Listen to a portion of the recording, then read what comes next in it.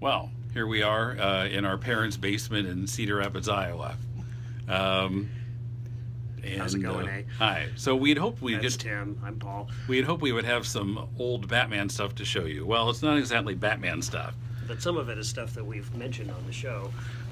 Yeah. So here is the famous Happy Days puzzle.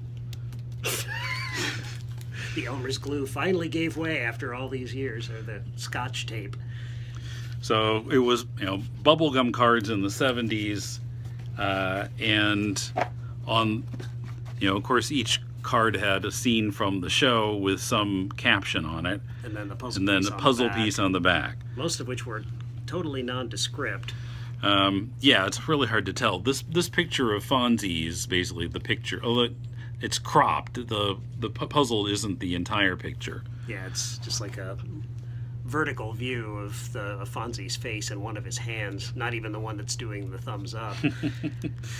As you can see, we tried to make the box look somehow professional, quote unquote, by cutting some of the wrapper from the Happy Days bubblegum cards package off, trimming it out, and then writing puzzle 44 pieces underneath it. I think I might have even spelled pieces right. Yep, I guess maybe I did. And look at this, the dynamic duo, sacrilege. How dare you? Yes, that's not Adam and Bert. You can't fool me. Notice too, just the more historical bits.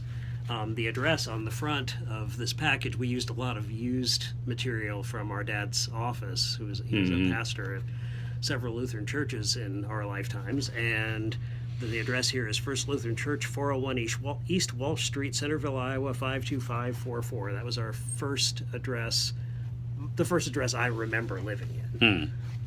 But the church was just next door, and 401 was our address, so a lot of the mail went directly to Dad's office in our basement, in our house basement. Easy, girls, one at a time. Yeah, I don't think these captions were written by the show's writers. Whoa. If this were realistic, I would just keep holding up the same three cards over and over again, because that's usually what happened to us. We get the same three cards, the same three football cards, the same three creature features. So I would just go, easy girls, one at a time, and then easy girls, one at a time, and then... Maybe two in the same pack. Fixing up hot rods is a real gas. Another line that never...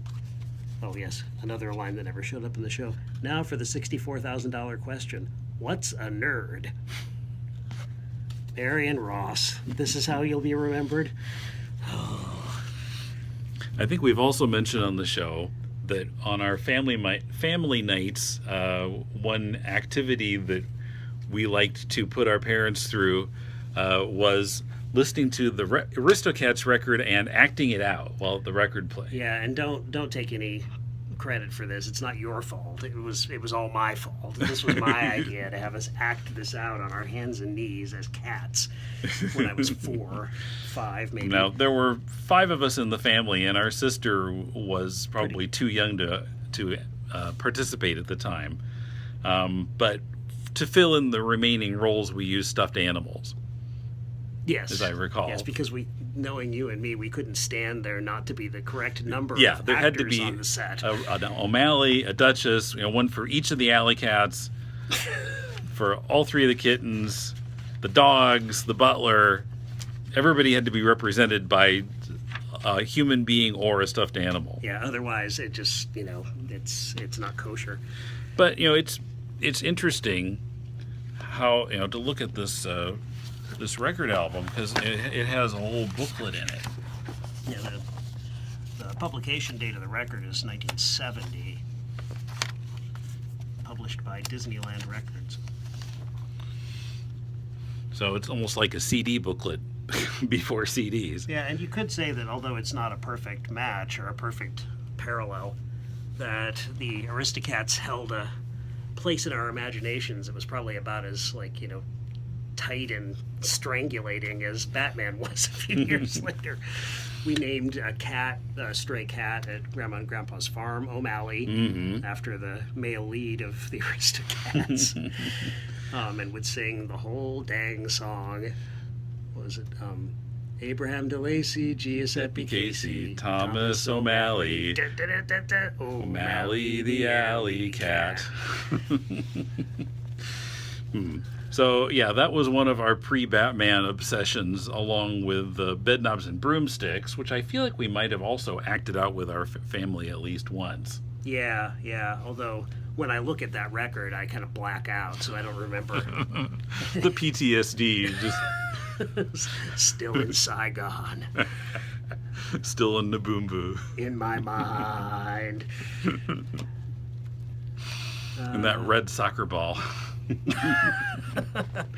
Got to have a look here at the at the pieces of Scotch tape that are holding it together. If you can see those, they're in the center. Yeah. You could say that Scotch tape holding books together was a staple of our childhood. No, it wasn't. It was a Scotch tape of our childhood, you jerk. What are you talking about?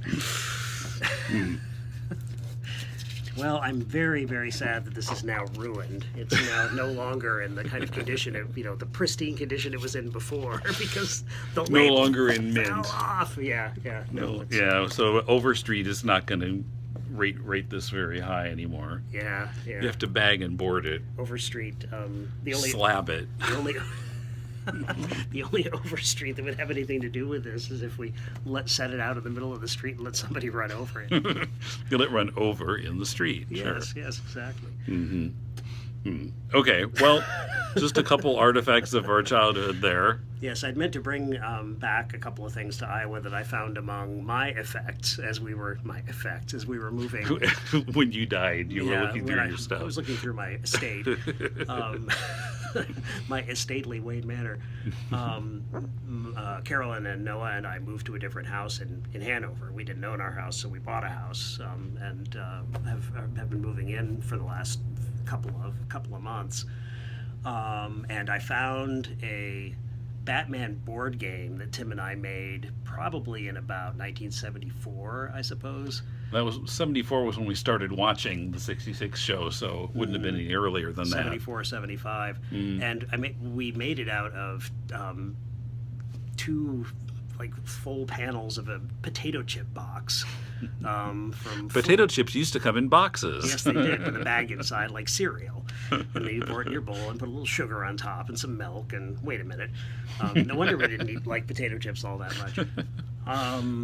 So we took the box sides the box panels from either side, taped them together, of course, in the center, and made a Batman board game. And I was going to bring that. What I'm going to have to do now is just videotape it myself as a supplement to the show at some point.